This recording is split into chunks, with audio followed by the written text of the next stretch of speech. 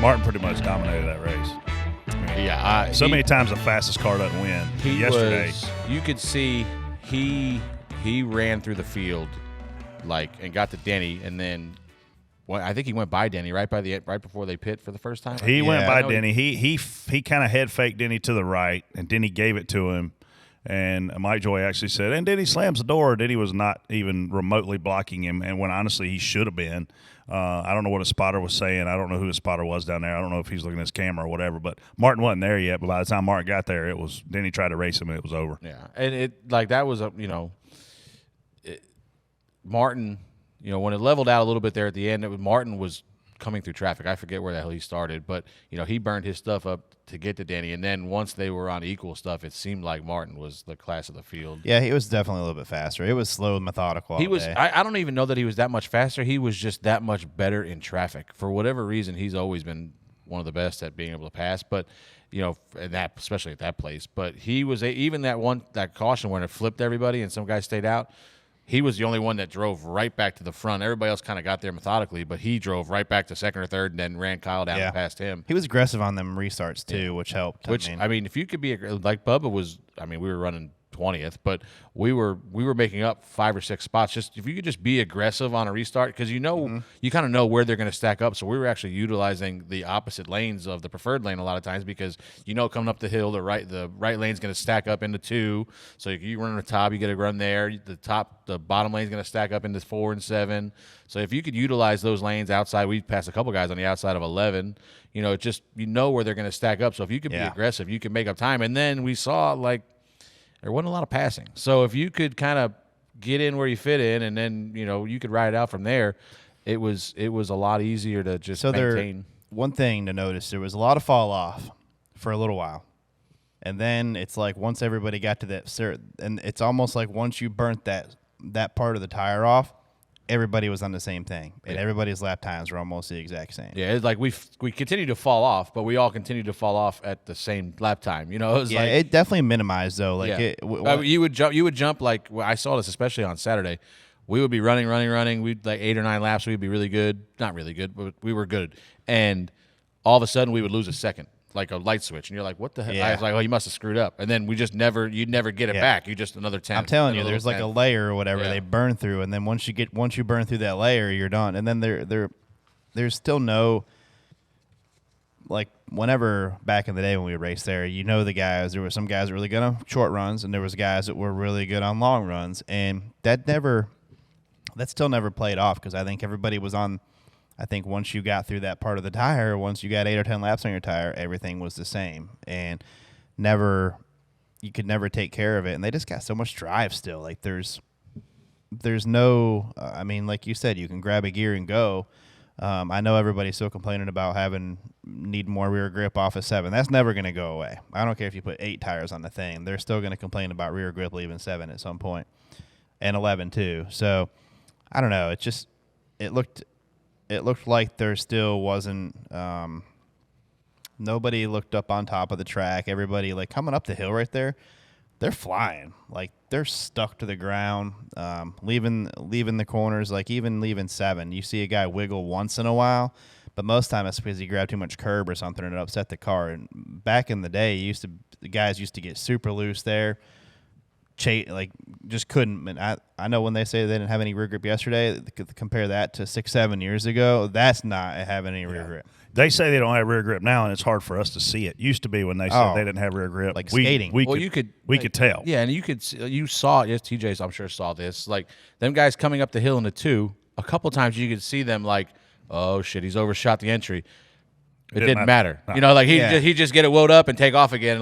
In years past, they'd be almost floundering off on the left. It was a 3 or 4 foot air. When they come up there, they're not going to make it. And it was literally a quarter or half a car length at most. It wasn't like they were missing their corner. But one thing I say about this 19 bunch is when they win in dominant fashion. Yeah. There ain't a lot of races where Martin squeaks it out. I remember he gave that race away. Was it Michigan or Kentucky where Custer won? I don't remember. I think it was either Kentucky or Kansas. Okay. Yeah. So, he doesn't win a lot of races that are just nail biters. He goes out there and kicks your ass when he wins. Yeah. And I think now, I don't know. I don't know this for any official status or anything, but I mean, can we put the Martin Truex retirement to bed, do you think? Or, like, I feel like this guy's having way too much fun. Well, here's the thing, though, man. Like, it requires a lot of money to keep a guy like Martin around, you know? And when you look at Joe Gibbs Racing, they're the dinosaur of the sponsorship model right now. When you look at most of these Cup teams, they have a plethora of sponsorship from a lot of different companies. But when you look at what was the 18 car with Kyle Busch, M&M's was the key partner, and they took the majority of the races. Bass Pro Shops, the key partner, took majority of the races. FedEx, the key partner, took the majority of the races. And man, those Ally at Hendrick, same thing, right? But for the most part, most of these Cup teams have to go out and piece together a 38 race schedule. And Gibbs is not doing that. So if Bass Pro Shops is committed to coming back, I think you're 100% right. Martin Truex will come back because he's having fun. You look at last year, he's high enough in the points to make the playoff and doesn't do it because he doesn't have a win. Yeah. And here he is this year with a couple wins under his belt, some stage points, and boom, he's going to be rock and rolling in his championship. I mean, right now maybe he's the guy that's the favorite with Kyle Busch on his heels, you know. So when you look and you say who's retired and who ain't, I think Martin's fate may not be up to him. Unless he's willing to take a big pay cut and Bass Pro's walking out the door. I don't know anything about that scenario. I hope Bass Pro comes back. I hope Martin comes back. I think we need legacy guys around. We don't need a bunch of new names in every single car every single week. What's Reddick got going on? Reddick had himself. Is he retired? Yeah, I don't think so. He might have wanted to after yesterday. No, I don't like that deal, and so he stays out, which they were running incredible lap times. I didn't really blame them for staying out because we had just Pitt. That we were on the same plan as them.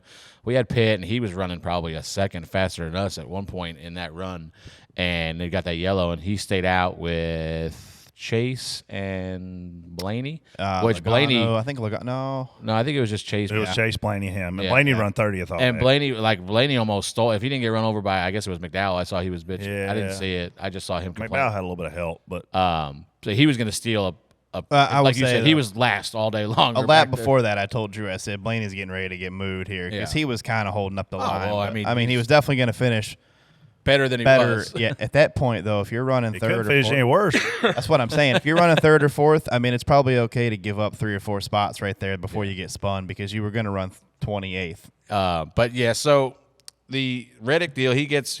I guess the 22 got into him, and he might have been getting shoved, or I forget. 12 would get shoved. I forget. But somebody turned the 45 around, and he had a flat. You know, he locked him then he up, slid the tires. So he cuts across the infield there in 11 and comes to pit road. Cut 98% of the racetrack out. Yeah, is that all? I mean, I guess what I heard last night was they deemed he saved 80 seconds is why they gave him a penalty. And they should have. But I think there was absolutely the right call for a penalty, but it was also at the same time absolutely the right call on their part to do that because that penalty was better than driving. Like their other option was, and I think they presented this to NASCAR. Like, what do you want me to do next time? Sit there and wait for a caution because I wasn't going to drive around the racetrack with a flat tire or probably multiple flat tires and wreck my race car versus just cutting across the infield And screw the race up. Yeah, like you could screw the race up. Like we talked about that on here before. Like how many guys have it? I mean, now they wouldn't be intentional. I guess they would be intentionally drawing a yellow, but it wouldn't like maliciously. But so they have to penalize. I think everything was right here. I think they did the right thing by coming straight to pit road because they were going to wreck their car driving around the track. NASCAR did the right thing because you have to penalize them because You got to they've realize, saved too, a lot of now, time. we're at the same racetrack where Ross Chastain got away with murder. Yeah. And you didn't do anything to him. Yeah. I mean, this guy. And that was gaining spots. He gained multiple spots shortcutting the racetrack, and they did absolutely nothing. Nothing. So I'm sure leading into the race this week, they looked at that and went, "Hey, let's not screw this up again." And they didn't. They did the right thing. Did you think? I'm sure you are watching it. Did we need to throw a yellow for that tire in the middle of pit road? Like, could we? I not mean, go what do you get it? do, man? Do you who do you appoint to go get the tire? Is it one of the pit crew members? Is it the official? Does the tower watch turn 11 and say go now? The guy go out there and bust his ass. Now we got a human laying on the racetrack. Like, and I know it's pit road and it's protected, but I mean, in my mind, you're winging it at that point. And if you send a guy out there and something happens, man, that'd be bad. No, I was asking. So what if you maybe this is I think you You need a could. big hook. Yeah. Well, I mean, you can't. I don't think you can send a guy out there under green flag. Could you send Carson out there to get it? I don't think you send any. I don't think you send anybody out there to get it. But why don't under green in those circumstances? If it's a blocked pit road, close pit road for a lap. then go I don't get think it. you. But can if do Tyler that. Reddick has that problem, he's not going to care that pit road's closed. Yeah, and I don't think you can do that because Drive-through then you're penalty. giving an advantage to the guys that already pit because they're making up time as you're still on the racetrack. 'Cause I a don't- lot of times you'll pit, or the guy behind you will pit, and they'll tell you to pit the next lap. To I cover don't that. have a problem with you stopping the race to go get the tire. Yeah, I truly don't. We should make it. You know what we should do is make it a fan experience. Like sell some tickets to the fans, and they Jeez, just oh, hang man. out on pit road, and like if a tire's if out. a tire's out there, you're the one going to get it. Did Funnel you of see, beer. Shotgun this beer. Funnel this beer and then go get that tire, you idiot.